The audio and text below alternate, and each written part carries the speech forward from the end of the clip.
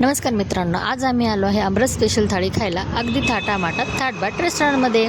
मला पोहोचायला उशीर झाल्यामुळे वीरा थोडी रागारागात माझं स्वागत करत होती, पण मी तिचं स्वागत हे आनंदाने स्वीकारलं. ऑफिस स्टाफपैकी काही जण यायचे बाकी असल्यामुळे आम्ही त्यांचं वेट करत बसलो. कामाचा लोड वाढल्यामुळे आमच्या मॅडम टेन्शनमध्ये कोणाला तरी बोलून आणखीन समोरच्या व्यक्तीचं टेन्शन वाढवत होत्या. आम्ही तिथेच बसून राहिलो आणि कठपुतलीचा शो एन्जॉय केला. कठपुतलीचा शो आम्हाला खूप आवडला. त्यानंतर येणारे उर्वरित मेंबर देखील पोहोचले.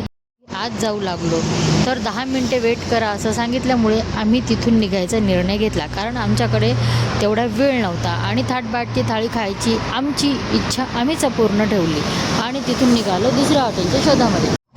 थाटबाट रेस्टॉरंटची थाळी अगदी चविष्ट असते. तिथून आम्ही निघालो दुसऱ्या रेस्टॉरंटच्या शोधामध्ये.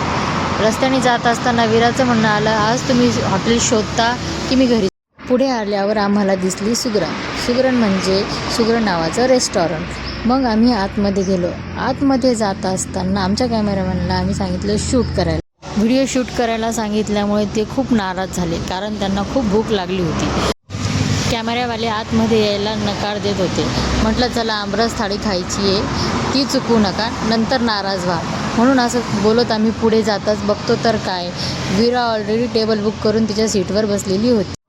आम्हीही जाऊन बसलो तिथे आणि मग त्यानंतर आम्ही थोडा हॉटेलचा शूट केला. त्यानंतर आमचा थोडा फोटोशूट केला आणि मग आम्हाला वेटर आले. वेटर आम्हाला जेवण वाढतच होते, तोपर्यंत आम्ही आमच्या गप्पा मारल्या. आम्ही संपदा मॅडमला खूप मिस केलं, कारण काही कारणामुळे त्या येऊ शकल्या नाही. मग आली पुरणपोळी आणि पुरणपोळीवरती तुपाची धार. आहा, एकच नंबर.